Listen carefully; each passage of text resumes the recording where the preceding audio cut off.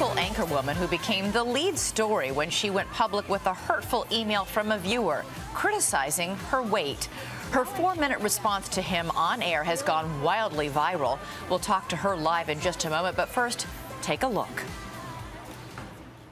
Good morning and welcome to News 8 this morning. I'm Jennifer Livingston. Jennifer Livingston, the morning anchor at WKBT in La Crosse, Wisconsin, has spent her career reporting the news, but in an odd twist this week, she became it. I want to take a moment to address a situation that has become a talking point in this community over the past weekend, especially on Facebook, that centers around me. After receiving a viewer email from a local man who criticized her weight. It reads as follows. Surely you don't consider yourself a suitable example for this community's young people, girls in particular. Obesity is one of the worst choices a person can make and one of the most dangerous habits to maintain. I leave you this note hoping that you'll reconsider your responsibility as a local public personality to present and promote a healthy lifestyle. Good job. That feels very good. Livingston tried to laugh off the hurtful comments, but her husband, also an anchor at the station, could not. He posted the email on Facebook, and an overwhelming amount of support poured in. Hundreds and hundreds of people have taken the time out of their day to not only lift my spirits, but take a stand that attacks like this are not okay. In the end, it was Livingston who got the final word. The truth is, I am overweight. You could call me fat, and yes, even obese on a doctor's chart. But to the person who wrote me that letter, do you think I don't know that? That your cruel words are pointing out something that I don't see? You don't know me. You are not a friend of mine. You are not a part of my family, and you have admitted that you don't watch this show. So you know nothing about me but what you see on the outside. And I am much more than a number on a scale. Oh, you blowing a kiss? Livingston, herself a mother of 3 daughters, spoke directly to the children in her audience, saying no one should ever let themselves feel victimized by others. Listen to me right now. Do not let your self-worth be defined by bullies. Learn from my experience that the cruel words of one are nothing compared to the shouts of many. And joining us now live is Jennifer Livingston, along with her husband, Mike Thompson. Good morning. Welcome to you both. And Jennifer, I've got to ask you, we all get emails from viewers that are sometimes not very nice. Why did you go public with this particular one? This is one of the worst that I've gotten, and usually it's about a story which we encourage people to critique us and about our stories, and sometimes it's the occasional, your hair looked this way, your jacket was not, you know, where you're not wearing your jacket well. But this was an attack. This was a personal attack.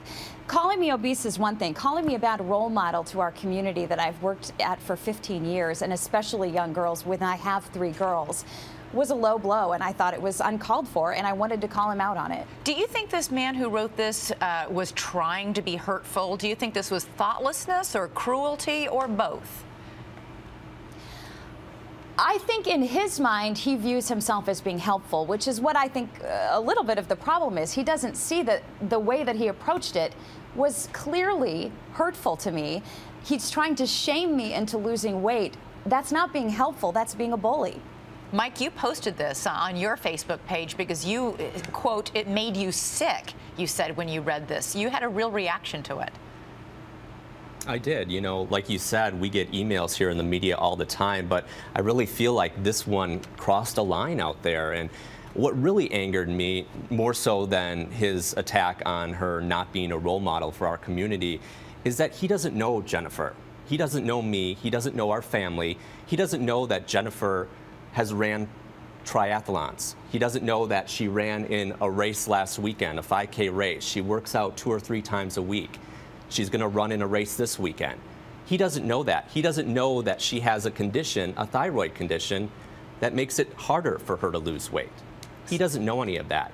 He just decided to attack her for no reason. He doesn't know, in fact, that she's been trying very hard to lose the weight that she says she fully well knows that she has, as you just put out, Jennifer.